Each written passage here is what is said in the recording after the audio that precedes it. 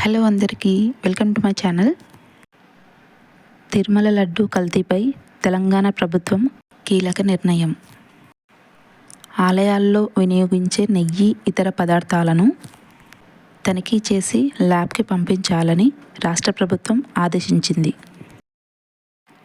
ఇకపై లడ్డూలు ప్రసాదాల తయారీకి ప్రభుత్వ పాడి పరిశ్రమాభివృద్ధి సమాఖ్య ఆధ్వర్యంలోని విజయ డైరీ నుంచే పాలు నెయ్యిని కొనుగోలు చేయాలని స్పష్టం చేసింది.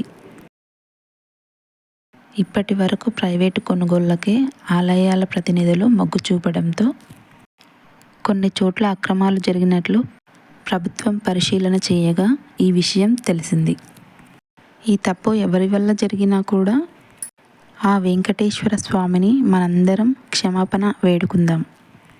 ఓం నమో వెంకటేశాయ. స్క్రీన్ పైన కనిపిస్తుంది కదండి, ఆ శ్లోకాన్ని 11 సార్లు చదువుకోండి. ఈ క్షమాపణ శ్లోకాన్ని మన హిందువులందరికీ చేరేలా షేర్ చేస్తారని కోరుకుంటున్నాను. Like, share, subscribe. Thanks for watching.